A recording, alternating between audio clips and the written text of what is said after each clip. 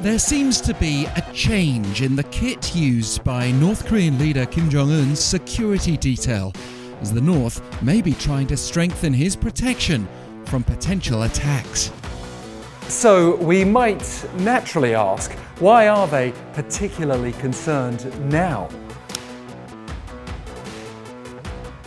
The heightened sense of threat may have been triggered by a combination of factors, but most immediately, the recent threat to Japanese Prime Minister Fumio Kishida.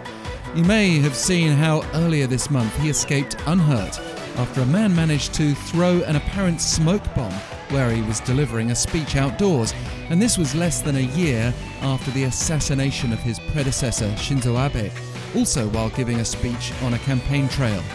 In Kishida's case, a bodyguard was seen to quickly respond by sweeping the bomb away with what looked like a briefcase, which he then unfolded as a protective shield. So, with that said, take a look at North Korea's bodyguards just after that incident in Japan. For the first time, the same kind of briefcase was being carried by Kim Jong-un's bodyguards on April 16th, just a day after what happened to Kishida. This was while he attended a housing completion ceremony in Pyongyang, and then again as he visited North Korea's National Aerospace Development Administration with his daughter on April 18th. During previous public appearances, Kim's bodyguards were always bare-handed, even when they attracted so much global attention for their close protection of Kim, jogging alongside his vehicle during his summit diplomacy between 2018 and 19. And now they look almost like businessmen holding their briefcases. But how do they work? The briefcases act as a bulletproof shield that can be quickly deployed as needed, while also guarding against knives or close-range explosives that a would-be assassin might use. They're being used globally by personal bodyguards, including notably in South Korea. Notice how they were used to protect former President Park Geun-hye from flying bottles last March.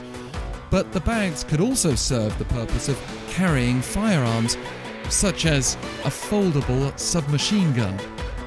Yet, could these be seen as real threats to Kim Jong-un? There may be an element of overcaution or even paranoia here. After Shinzo Abe was assassinated last year, Kim Jong-un was seen surrounded by a particularly close circle of bodyguards, even when in the company of supposedly loyal veterans. And another example saw him go into hiding for over 20 days after the US targeted and killed Iranian military leader Qasem Soleimani with a drone attack in January 2020. But amid food shortages and other hardships, there is the heightened possibility of domestic unrest in North Korea. With Kim now regularly appearing with his daughter, NK News reported in February that he'd established a new personal bodyguard unit charged with guarding him and his family against assassination and harassment. And his bodyguards are known to be chosen for their solid ideological background, as well as their physical capabilities. Whether there are real threats to Kim and his family or not, North Korea is not taking any chances, including adopting the latest global protection trends like bulletproof briefcases.